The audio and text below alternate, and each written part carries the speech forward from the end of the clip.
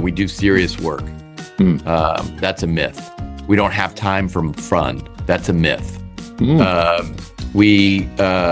Fun is not inclusive. That's a myth. Mm. And all these myths push us down. We should have fun. But here's the thing. My fun is going to be different than your fun. Hey, Work Positive Nation. I'm Dr. Joey Fawcett, and this is the Work Positive Podcast. So I'm really not sure about my guest on this particular episode. I just want to tell you that up front. I mean, his bio sounds good. It says he creates energy. Does that mean he sells solar panels or something? And it says for more than 25 years, he's been a speaker, a work culture expert, author, and humorist who captivates audiences with a unique blend of hilarious improvisational comedy and essential ideas on work and life. So does that mean he's going to tell jokes this whole episode? His bio goes on to say that he's shared his experience and insight at more than 2,500 events. So, I mean, who knows? Maybe he really is funny. I don't know. I just hope he doesn't tell dad jokes, because I can tell those. So he's written this book called Make the Right Choice, Lead with Passion, Elevate Your Team, and Unleash the Fun at Work. And that book's consistently one of the top work-life balance books on Amazon. Okay, so he's an author. Still really not sure about this guest, but look, here's the biggest reason I'm not sure. He says his name is Joey. I don't know if I can believe that or not. Anyway, I mean, he's trying to suck up to me to get on the show. I'll tell you what I tell my wife when we pick a movie on Netflix, we've never heard of it. I always say, honey, look, if we don't like it, we can stop watching. We can choose another one in 15 minutes. But look, since this podcast is only 30 minutes, you may as well listen to the whole thing, I guess, right? So I'm not really sure about this guest, but what do you say we give him a try, okay? Okay, Work Positive Nation, this guy claims to be Joey, but his name's really Joel. So I'm a little unsure what to call you, but just to clear up the confusion, can I be Dr. Joey and you be Joel? Is that okay? Absolutely. I thought we were going to go Joey versus Joey, which probably be the first time in the history of podcasts that's ever happened. Oh my God. But we can go Joey versus Joel. Yeah. So we could get masks and capes and cowls, and it'd be like WWE. Joey! We could do something like that, couldn't we? That's right. As I told you earlier for your listeners, so I am Joel. That's on my birth certificate. But my mom would call me Joey, and then my whole family started calling me Joey, and then I was a Joey up until I went off to college. And I told everybody, and I said, I'm not Joey, I'm Joel. In college, go off to college. Epiphany that you should be all like mature and stuff, right? Exactly. Yeah. I went to college. I just never became mature, I guess. Yeah, you didn't. Yeah, I respect that. Thank you, man. I appreciate the love. I respect it. But I appreciate it. So, dude, I didn't ask you this earlier, but I got it. So your mother, all mothers name their children. Your mother named you Joel, but called you Joey. Was that like an old boyfriend of hers or something? What was that? Well, that's, I don't even know how to answer that. No one's ever said that. That concept has never come up. Well, ask her, man. Ask her just to see. Yeah, I'm not going to. I just think that was a common nickname for Joel's or Joe's or Joseph's was a Joey when I was growing up in the 70s. That was a very common, Joey was a common nickname. As I told you, every sitcom had, they would add a little kid. Yeah. When the sitcom started going down, they would add a little kid with a bowl cut, and his name was always Joey. Look it up. See how many 70s sitcoms add a Joey. Like, here's Joey. I'm gonna have to ask Claude or ChatGPT. Name all the Joeys and sitcoms of the 70s. Yeah. That's hilarious. Yeah. I think Brady Bunch had a Joey. I think Different Strokes. I think that had a Joey. There was I'm telling you, they were. Really think about these things, don't you? Yeah, and obviously Friends, probably the most famous Joey. Hey, Joey. Yeah. Yeah, probably the most famous Joey. Other than you and me, that was the most famous Joey. Right. But okay. I think the Love Boat had a Joey. they all, and it was no matter what kid actor it was, the same bowl cut. Yeah. Now you got episodes of the Love Boat run through my head. No, that was Fantasy Island, right? That was Fantasy Island. But they went back to back Saturday Yeah, nights. they did. Same night of the week. Yeah. Oh my God. Now you just taking us. What were we going to talk about today? So you've written this amazing book, and the title just captured me right off. Make the Right Choice. So what's the right choice?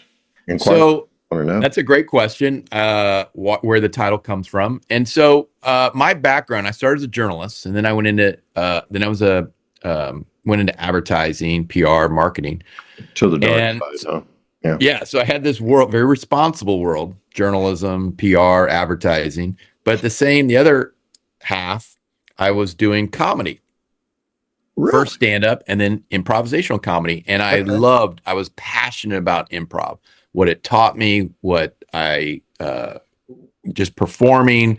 It was an amazing, passionate, energizing concept that I just absolutely just was drawn to. And when I started speaking, I was incorporating what improv taught me. And improv is all about choices.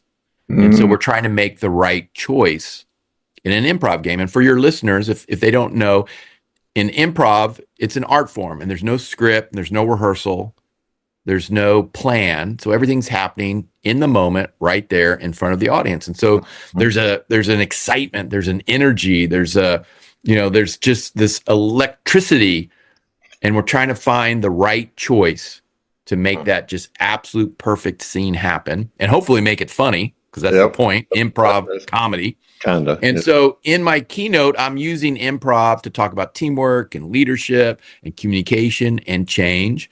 And so it was very natural.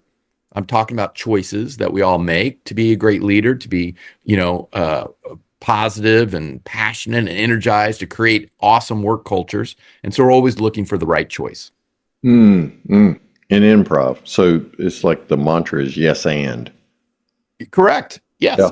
Very well. Look at you, Joey, throwing down some improv knowledge. I did my homework before I That's right. got on here. I said, anybody that claims to be named Joey like me, I got to have some stuff for him. So yeah. And so how does yes and fit into creating a positive work culture?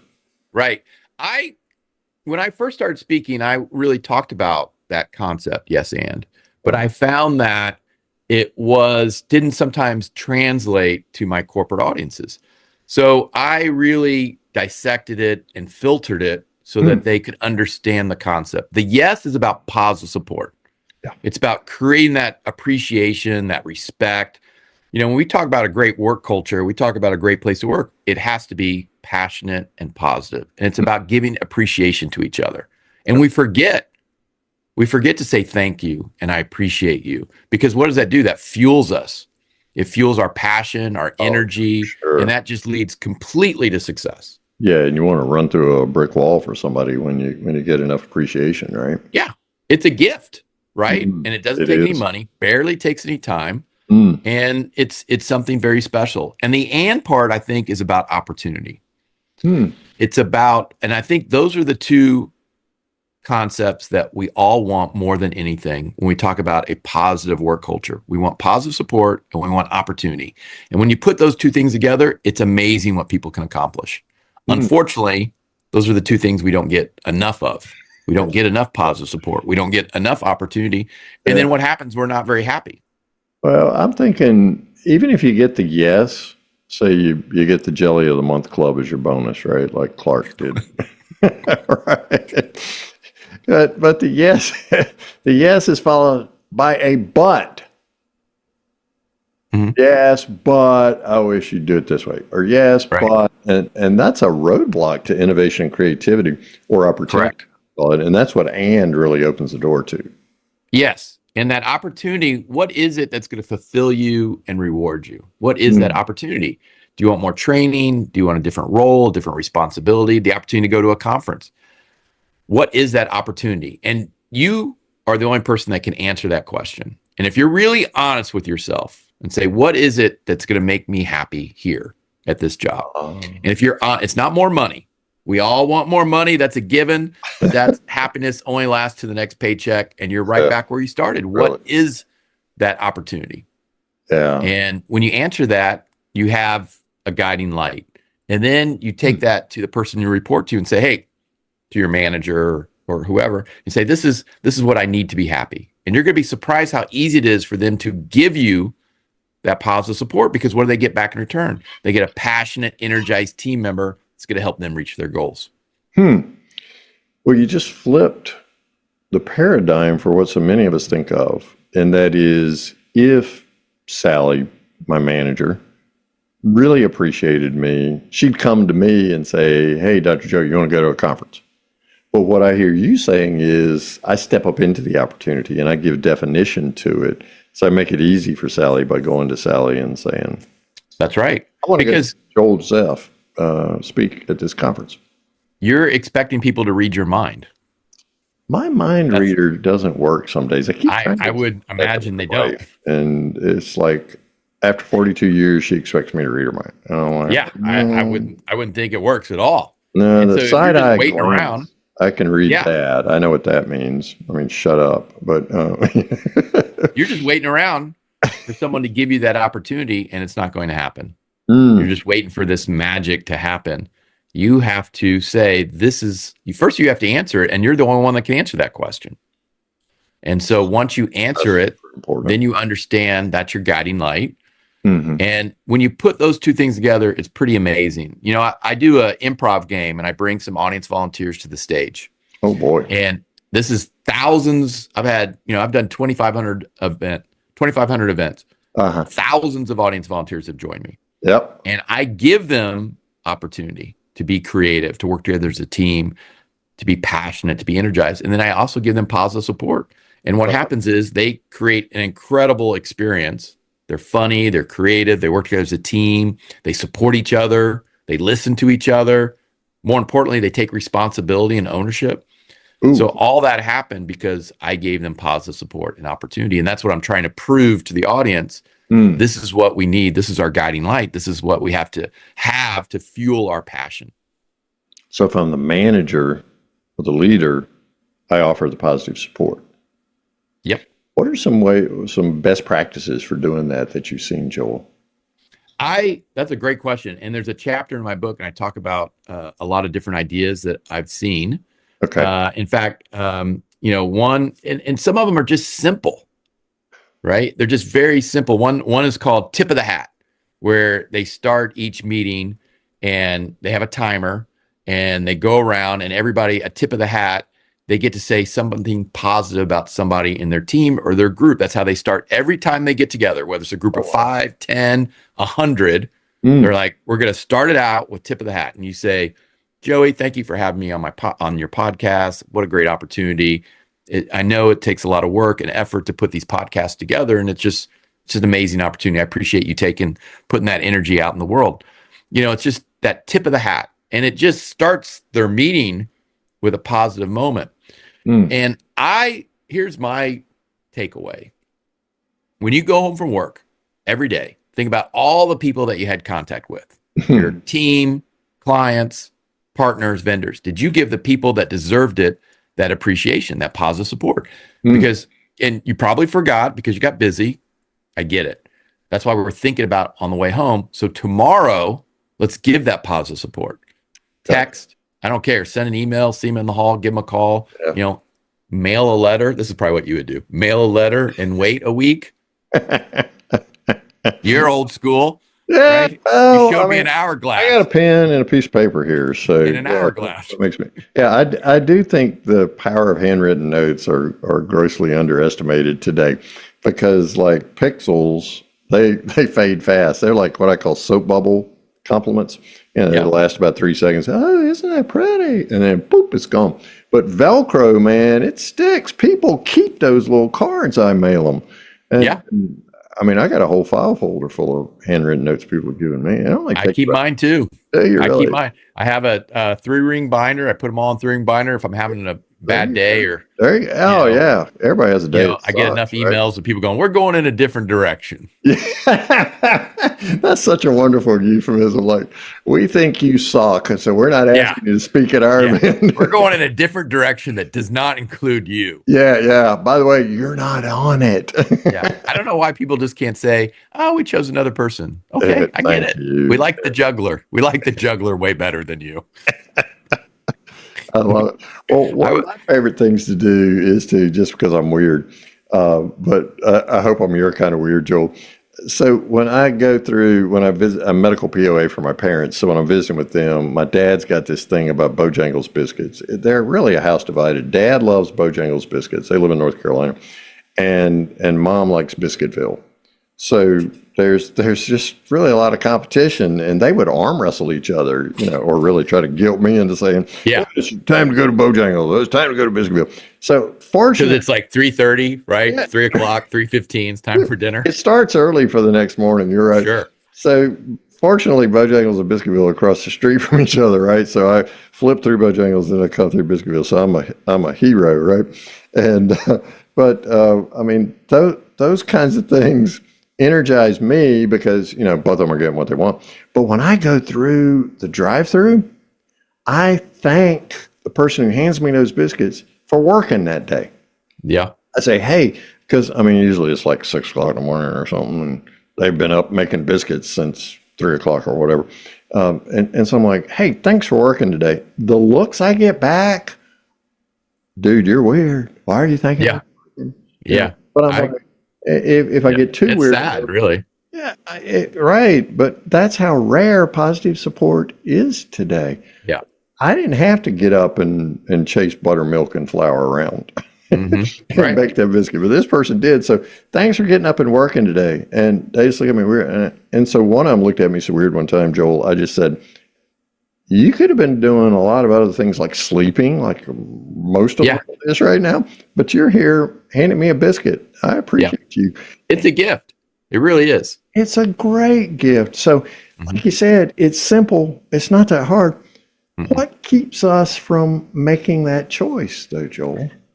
I think a couple things. I think we don't prioritize it. Okay. And we don't make it part of our daily activity. I mean, I don't think people put together to-do lists and number one say, give the people I know positive support today. Well, maybe they should, maybe they should. Maybe it should. If you suck at that, just put that number one. Yeah.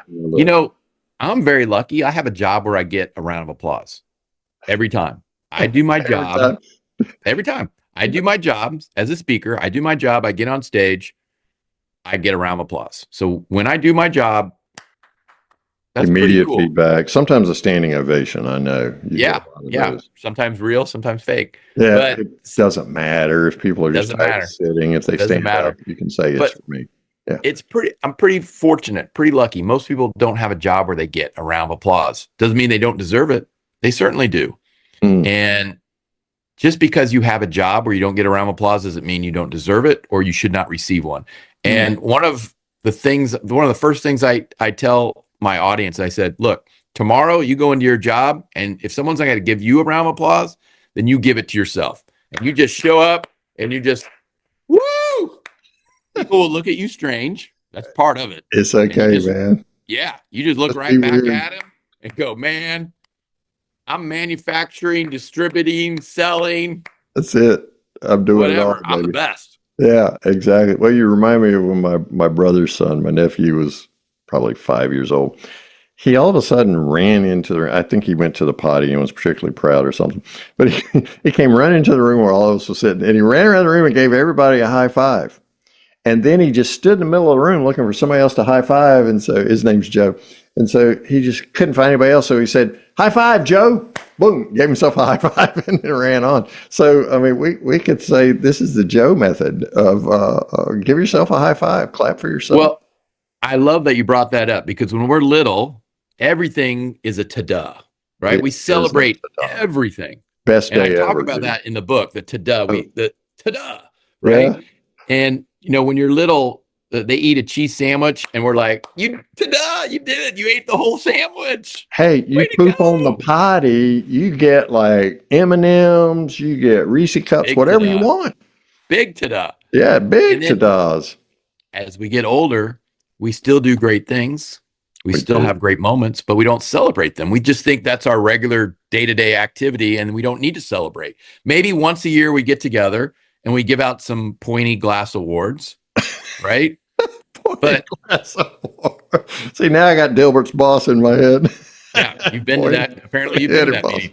Yeah, this is a beautiful point award, and we need to celebrate each and every day because we do great things for our clients and for our team and for our partners, and we have to celebrate that. And those are ta-da moments. You know, I'm sure when we were emailing back and forth at the end of my email, I said ta-da or huge ta-da. Yeah. And that's such a big part of my presentations and the book and just it's that ta-da moment, that celebration, because we get older, we just don't celebrate. We don't give ourselves freedom to do that ta-da. And we should, because that fuels us. Yes. And that passion, you know, we need fuel in that tank to be great leaders and great innovators and communicators and great teammates. And if we don't have the fuel, then it's going to be hard to find that success. Exactly. And celebration, or at least somebody read to me a book about neuroscience once. So celebration literally cements that success in our brains. So that story, when we were successful, becomes confidence, which fuels resilience, which you know, just keeps us going. So it sustains us. Like your folder, your 3-ring binder, when a day sucks, you pull that out and you read it, right? But those ta-das just keep that learning experience front and center. And so, hey, if I did it then, I can do it again. And I know what I did then because I celebrated it. Yeah. Those two key words that you said, confidence and resilience. When your nephew, Joe, when you celebrate him, you could see it in his eyes and his body language. He builds that confidence. Yep. Right. And he becomes resilient. You know, remember when our kids were learning how to walk, they would fall down and you would cheer them on and you give them positive support. Yep. And then they became resilient. They kept trying. They kept working at it. They became confident. Those little learning mechanisms we need as adults too, believe it or not. Right. We're not learning to walk, but we're trying to be great salespeople or a great manager or a great teammate or a great leader. We need to have that positive support to build our confidence, to build our resilience, so that we keep trying and we keep working at it and we keep helping and supporting. Well, just to clarify, and we have 2 daughters. We ta-da'd the first daughter when she was learning to walk, and she learned to walk at like 9.5, 10 months old.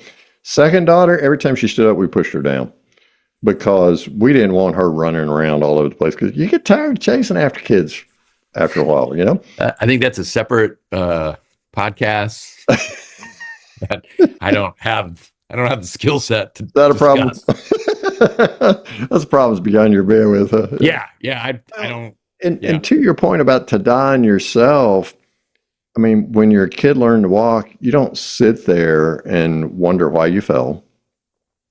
You don't sit there and try to analyze, you know, exactly where my feet went, where they should have gone, or things like that. What do you do, Joel? You just stand back up, right? Right. You keep going because this is the natural progression of things. For some reason, at work, we think we got to be all mature and sophisticated, and well, we instead of unleashing the fun at work, we bottled it up, right? Right. And fun is a huge part of that. Yeah. What are some specific ways we can celebrate and have fun in a work culture that makes it positive and grows people and profits? Right. And I think here's the key, and I talk about in the book, is a lot of companies say, oh, we do serious work here. Yeah. There's no room for fun. That's right. And I talk about the myths that prohibit fun. You know, we do serious work. That's a myth. We don't have time for fun. That's a myth. Fun is not inclusive. That's a myth. You know, and all these myths push us down We should have fun. But here's the thing. My fun is going to be different than your fun. But what it's important is to figure out what lights you up, what creates that energy. And we can't give up, because if we're not having fun, then what's the point?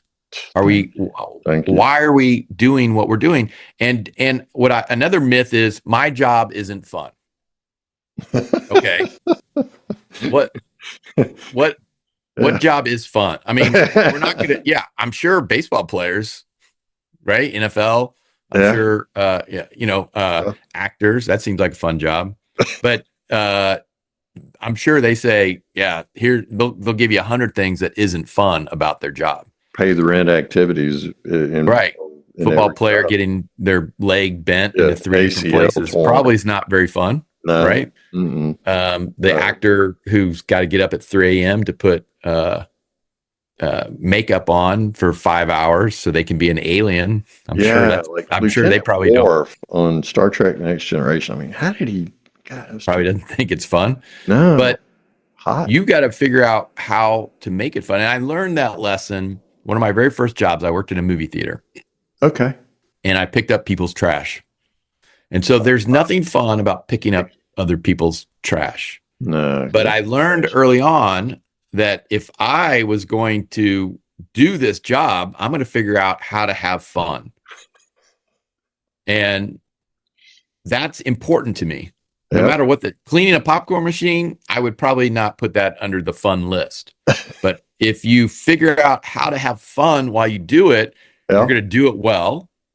And you're going to enjoy the process. And that's part of it.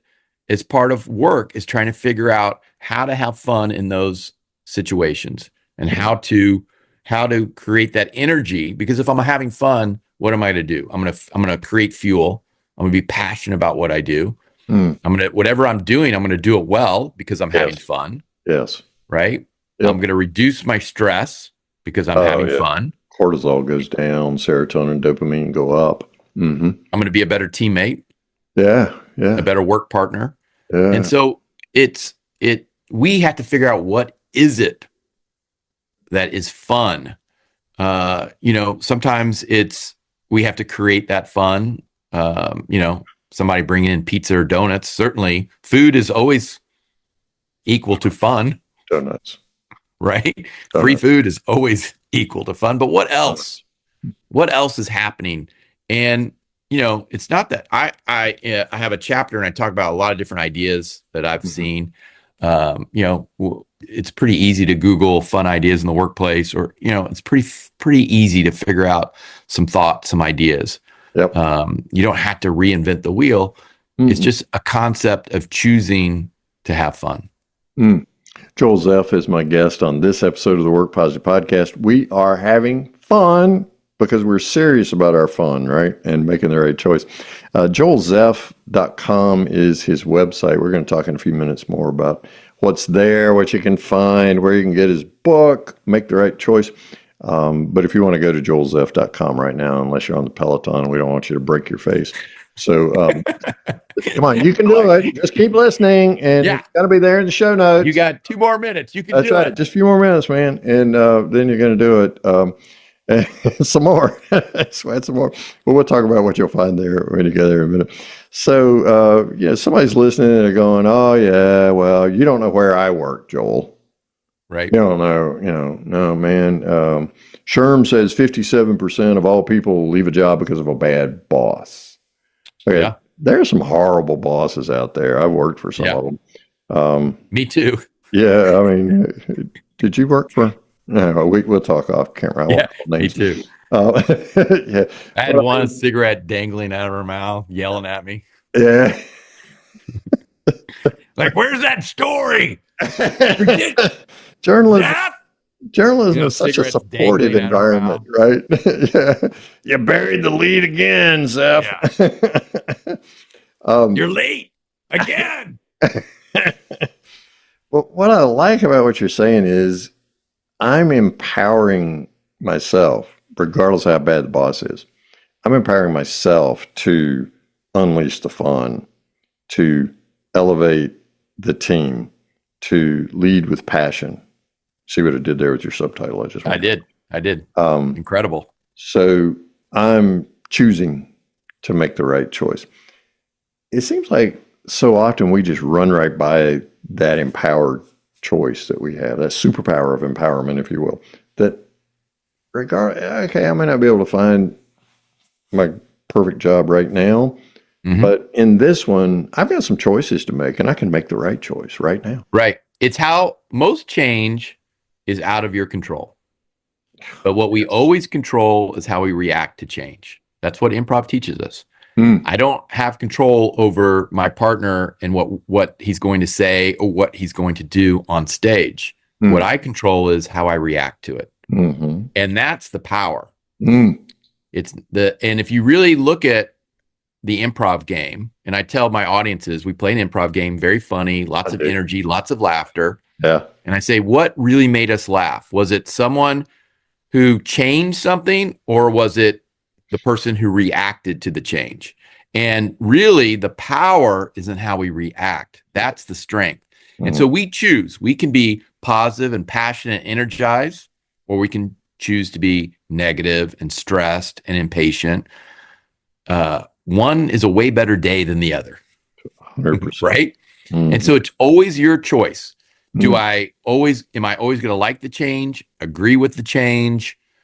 No, but it's how I react to that change. How am I going to make that change work for me? What am I going to do to learn, to get out of my comfort zone, to try something different? What am I going to do to make sure to say, hey, that change doesn't really work? How can we make that more powerful, successful, something that is going to work?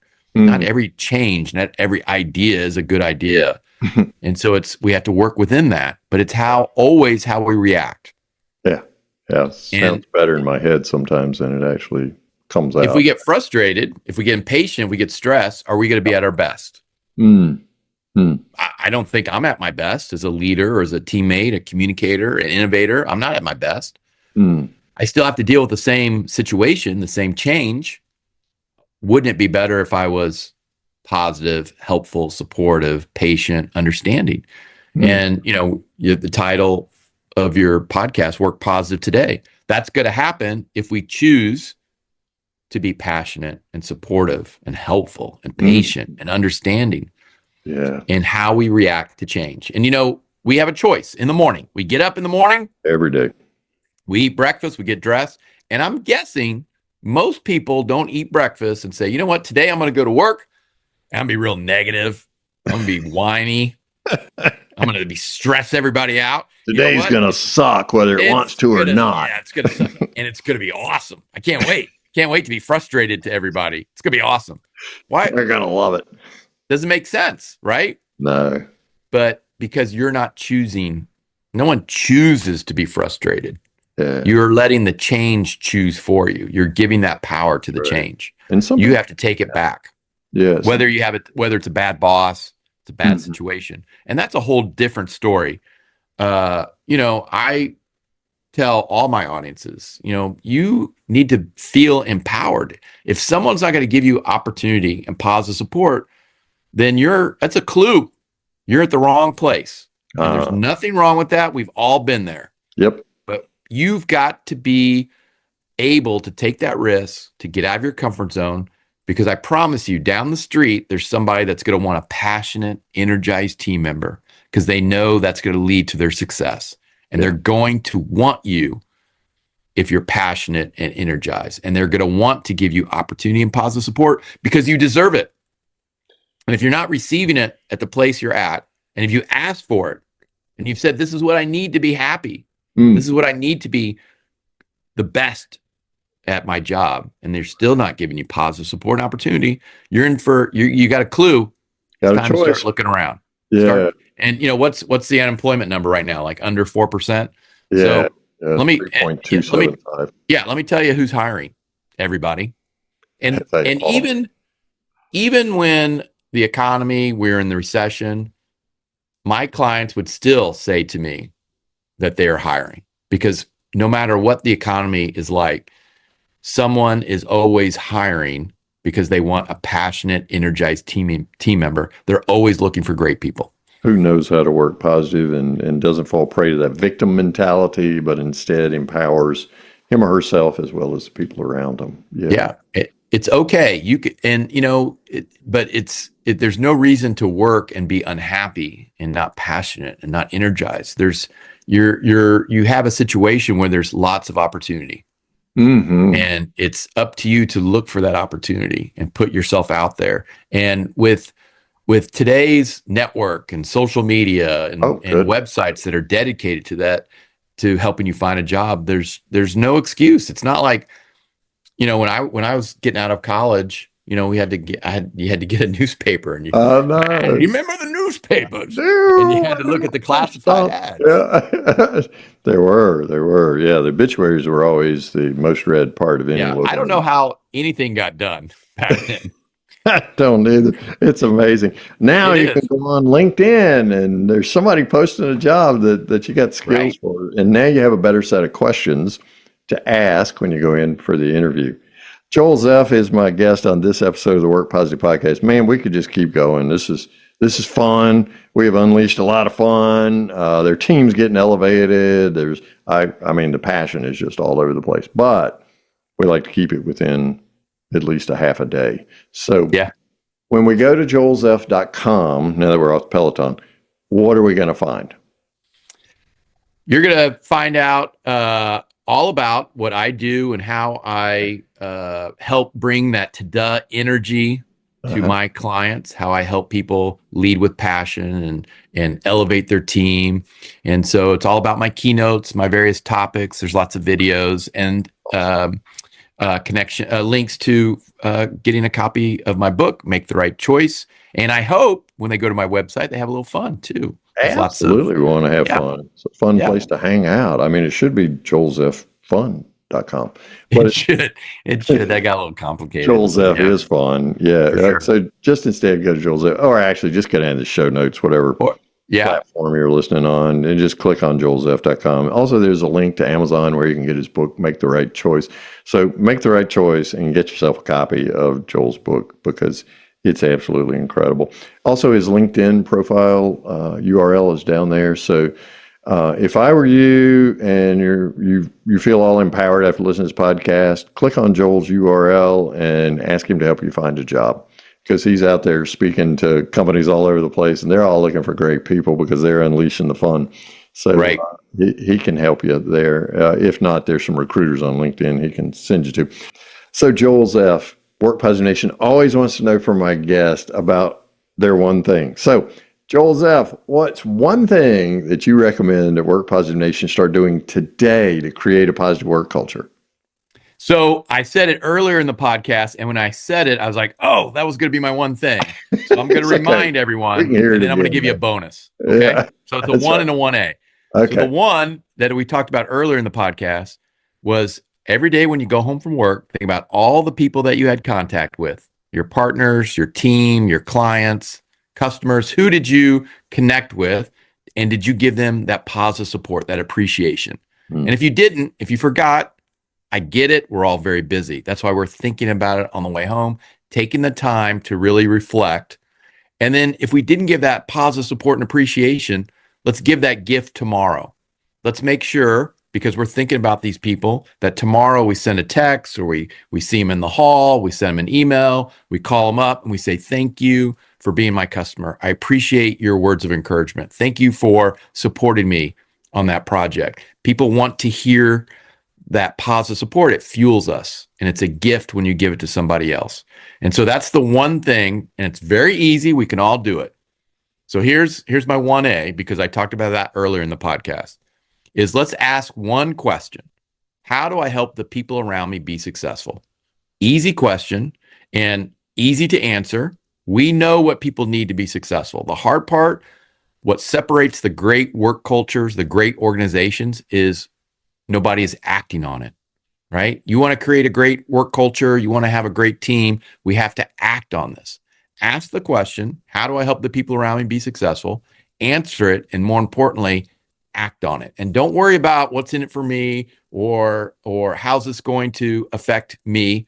It is, because when we help somebody, what's going to happen? It's good. People notice these things. We notice who helps us, and we want to help them, and it's going to come right back to us, right? And so and that's the secret. That's the secret of improv. People always ask, how does it work? You know, you guys, if you're saying there's no plan, there's no rehearsal, how does it work? It works because we're all thinking the same thing. How do I help my teammates be successful? And so what we want to do is take it to our work and our teams and say, ask that question, answer it, and act on it. Wow. Thank you so much, Joel. Zeph, I'm better for this conversation.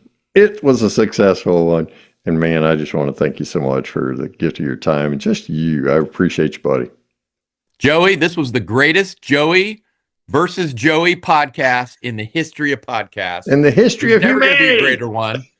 There's never going to be a greater one. So I appreciate you and what you're doing to promote work positive and happiness and passion. And, you know, you are a guiding light to so many people. So thank you.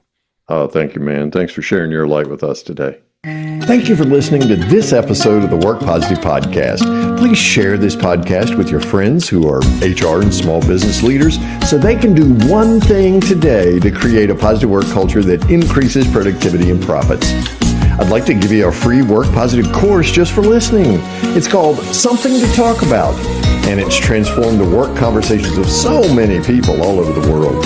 Get your free copy when you go to workpositive.today/something to talk about, and you can start transforming your conversations today. Remember, it pays to work positive.